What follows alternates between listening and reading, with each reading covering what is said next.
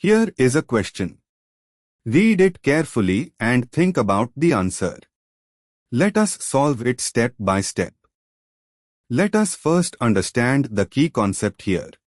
When a vicinal dihalide, 1,2-dihalide or in this case a 1,3-dibromo substituted cyclobutene, is treated with a silver salt like AgBF4, the silver ions abstract the halide ions as insoluble AgBr, generating carbocation centers. The driving force here is aromaticity. Moving on to the next step. Identify the starting material.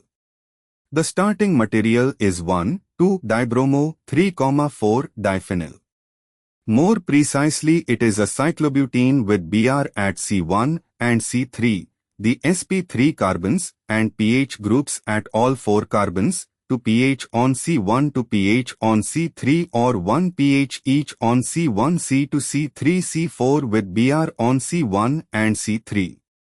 Looking at the structure, C1 has Br and pH, C2 has pH, part of double bond, C3 has pH, part of double bond, C4 has Br and pH.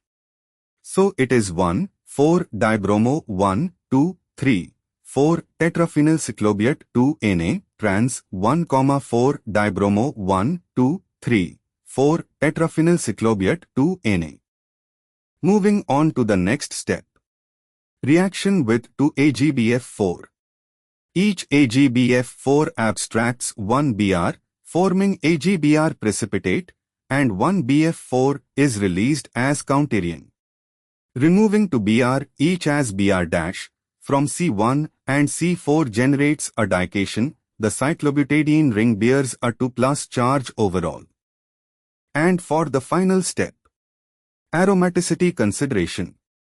Cyclobutadenyl dication, cyclobutadiene 2+, has 2 pi electrons, 4n+2 with n is equal to 0, making it a Huckel aromatic system. This is the driving force for the ionization. The resulting tetraphenyl cyclobutadenyl dication is stabilized by aromaticity, 2 pi electrons, and by the 4 phenyl groups. The product, kiss smiley, is the tetraphenyl cyclobutadenyl dication with charge +2, with BF4 as counterions. This corresponds to option A. Why other options fail? B- to charge, removing Br gives cations, not anions.